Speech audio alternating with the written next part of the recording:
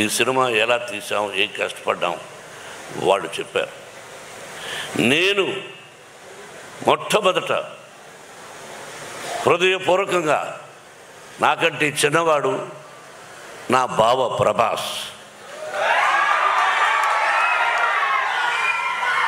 బావా బావా అనుకుంటాం కొన్ని సంవత్సరాల నుంచి. విష్ణు అన్నాడు, అంటే నా సినిమాలో చేశాడు కాబట్టి చెప్పడం కాదు, చేసినా చేసి ఉండకపోయినా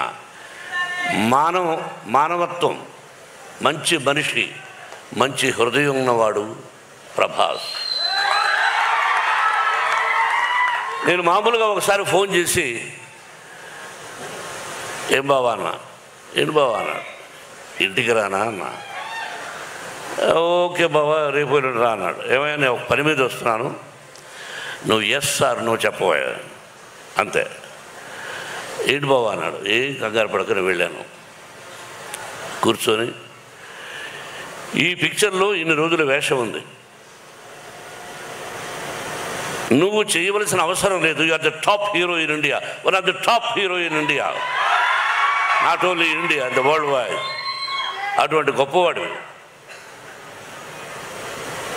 బట్ ఈరోజు నువ్వు కాదన్నా నీ సినిమాలో నేను యాక్ట్ చేస్తా ఎప్పుడైనా, దానికి దీనికి సంబంధం లేదు.